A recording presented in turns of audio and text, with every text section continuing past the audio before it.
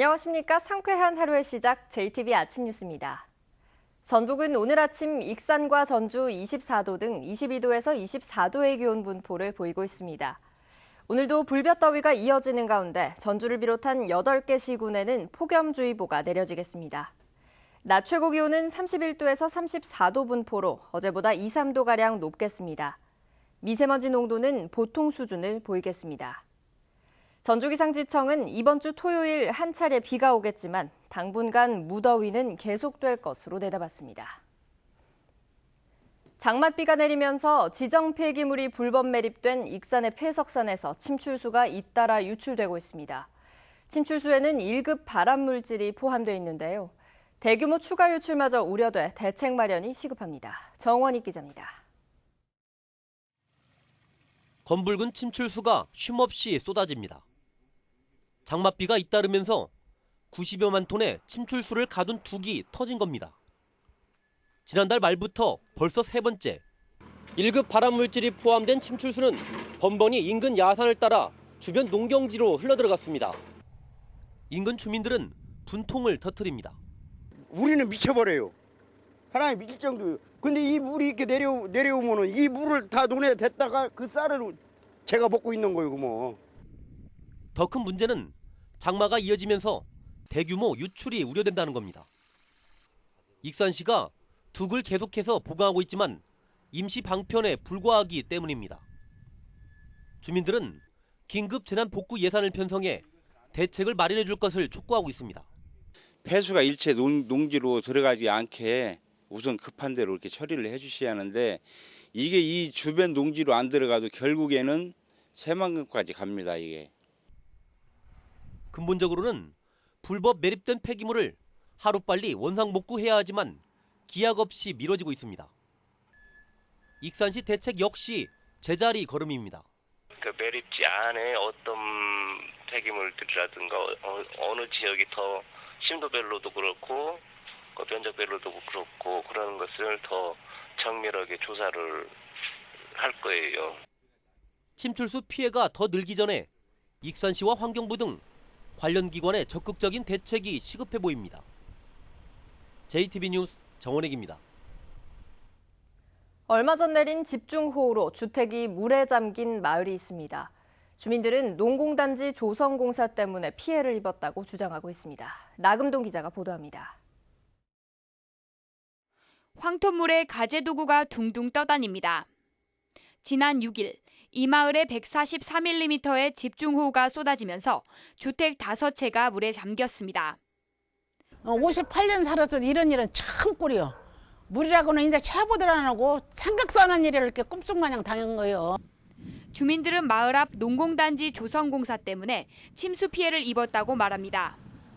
지난해 6월부터 흙을 돋우는 복토공사가 진행됐는데 공사업체가 원래 있던 배수관을 없애고 임시로 쌓아놓은 흙더미가 남은 물길마저 막아 피해가 커졌다는 겁니다.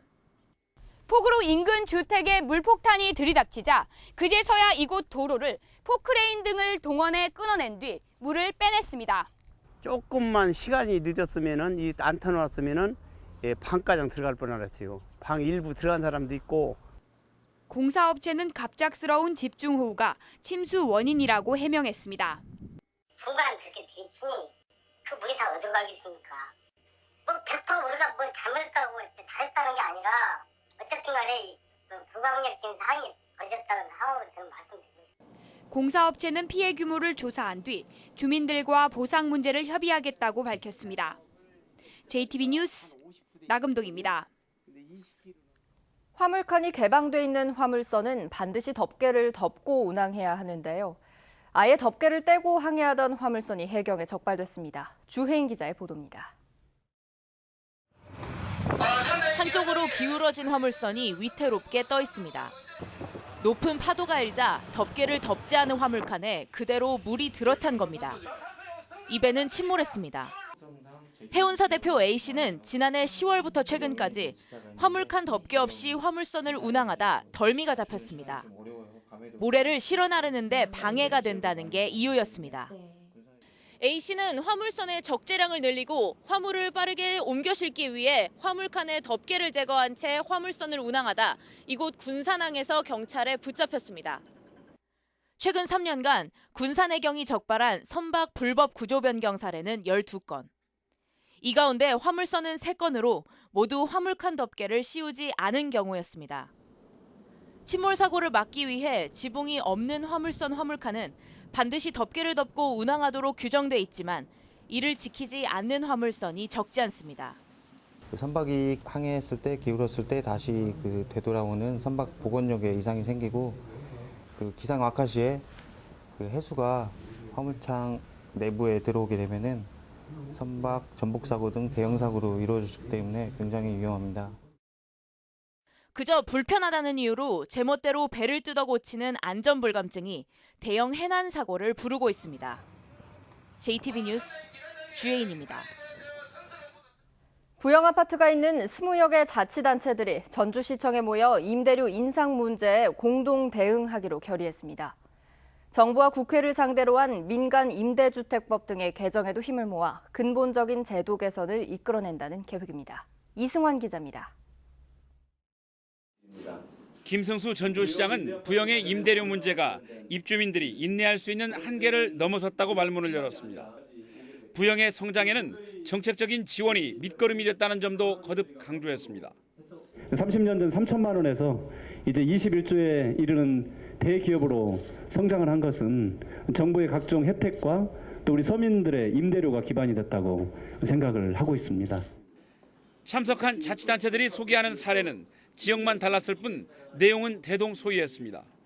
저희들은 꼭 4.98%, 4.9%, 꼭 99%, 그것만으로 꼭 교묘하게 맞춥니다. 그래서 2001년 대비 절반이 올랐습니다. 지금 임대료가.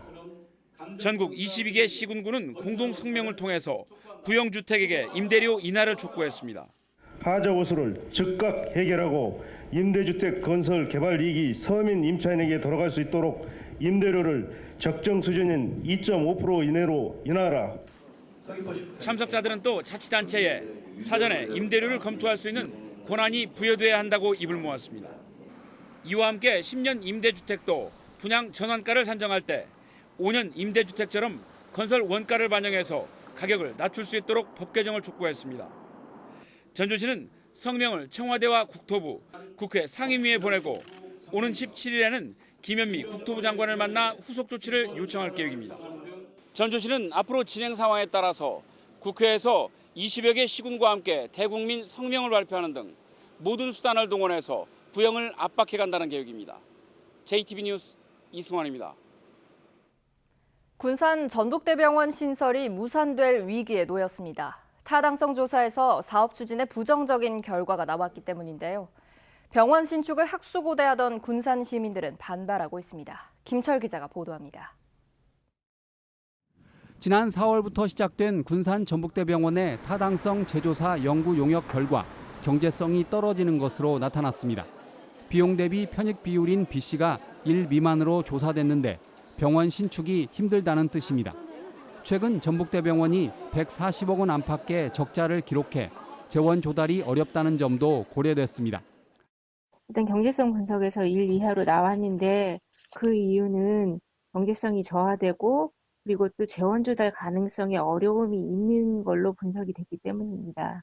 사업의 최종적인 철회 여부는 다음 달 기획재정부가 발표합니다. 그러나 병원 자체 조사에서 경제성이 떨어지는 것으로 나온 만큼 기재부에서 살아날 가능성은 희박합니다. 병원 신축을 손꼽아 기다린 군산 시민들은 반발하고 있습니다. 지난해 병원 부지까지 발표한 전북대 병원이 용역 결과를 핑계로 1년 만에 사업을 포기하는 게 아닌가 의심하고 있습니다. 전북대병원 군산 분원의 사업 재검토는 군산 시민을 우롱하는 일입니다. 이 사업은 애초대로 반드시 지켜져야 될 사업이라고 생각합니다. 군산 전북대병원은 2012년 예비 타당성 조사를 통과한 뒤 환경 문제로 백석제 예정부지를 취소했고 지난해 사정동 땅을 예정부지로 발표했지만 올해 사업 포기 쪽으로 방향을 틀었습니다. 전북대병원은 경제 논리를 내세우고 있지만 대형 병원의 오락가락한 행정으로 군산 시민들의 상실감만 커지고 있습니다. JTB 뉴스 김철우입니다. 세계유산에 등재된 백제 왕궁리 유적의 후원이 일반인들에게 처음으로 개방됐습니다. 기존 왕궁터에 이어 후원까지 공개되면서 백제 유일의 왕궁성을 한눈에 볼 수 있게 됐습니다. 김진형 기자입니다. 왕궁리 5층 석탑을 지나 넓은 후원이 펼쳐집니다. U자 모양의 대수로와 6개의 구불구불한 작은 수로가 한눈에 들어옵니다. 작은 수로에서 나온 물은 대수로를 거쳐 서쪽 배수로로 빠져나갑니다. 물과 관련된 시설에서는 복잡하면서도 정교한 백제 시대의 수리 체계를 엿볼 수 있습니다. 익산 왕궁리 왕궁터 후원이 28년 동안의 발굴 기간을 거쳐 처음으로 일반인들에게 공개됐습니다. 이미 발굴된 궁궐터에 이어 후원까지 발굴되면서 1500년 전에 지어진 백제 왕궁성의 실체를 확인할 수 있게 됐습니다. 좀 더 구체적으로 그리고 자세하게 이렇게 이곳을 바라보고 또 이게 역사적인 숨결을 느낄 수 있게 되면서 익산의 그런 역사적 가치에 대해서도 좀 더 잘 알 수 있게 된 것 같습니다. 문화재청과 익산시는 조경 작업 등을 통해 백제 시대 후원의 모습을 정밀하게 복원할 방침입니다. 공방 유적이라든지 또 화장실과 같은 생활 유적들 그리고 그 외에 관련되는 그런 후원과 관련된 정원 이런 유적들을 계속해서 실체로 확인하고 정비해 나갈 겁니다. 미륵사지, 왕궁, 또 쌍릉 그리고 최근에 저희가 개발하고 있는 서동의 태생지까지 연계해서 종합적으로 백제의 진수를 볼 수 있도록 시 차원에서 더 노력하고 미륵사제에 이어 왕궁리 왕궁성까지 백제의 숨결을 느낄 수 있는 유적들의 실체가 하나둘 드러나면서 익산 지역 백제권 유적에 대한 관심이 높아지고 있습니다. JTB 뉴스 김진영입니다. 순창군이 정부의 저출산 극복 지원 사업에 선정돼 임신과 출산, 양육을 한 곳에서 할 수 있는 복합 문화 공간을 조성합니다. 남원시가 달의 도시라는 브랜드 활용을 위해 승월교에 남원의 달을 설치했습니다. 시군 소식 조창현 기자입니다. 순창군의 PCN 토탈케어 서비스가 행정자치부가 공모한 저출산 극복 지원 사업에 선정됐습니다. 순창군은 내년까지 옛 보건의료원 건물을 리모델링해 임신과 출산, 양육, 교육 등을 한자리에서 해결할 수 있는 복합 문화공간을 만들 계획입니다. 아이 키우기 좋은 환경 조성에 한 발 더 앞서가는 계기가 될 수 있도록 젊은 층과 아이들이 편히 쉴 수 있는 복합 문화 공간으로 조성해 나갈 계획입니다. 달과 관련된 200개가 넘는 지명을 갖고 있는 남원시가 달의 도시라는 브랜드 활용을 위해 승월교에 남원의 달을 설치했습니다. 남원의 달은 높이 7m에 지름 2.5m의 달 모양의 LED 발광체로 만들어졌으며 매일 저녁 8시부터 새벽 1시까지 재현됩니다. 승월대가 달을 바라보는 곳인 만큼 거기에 남원을 상징하는 달이 반드시 있어야 할 것이다라고 판단해서 이번 남원의 달을 기획하게 된 것입니다. 정읍시 농업기술센터가 첨단 트랙터 모의 훈련 장치를 도입했습니다.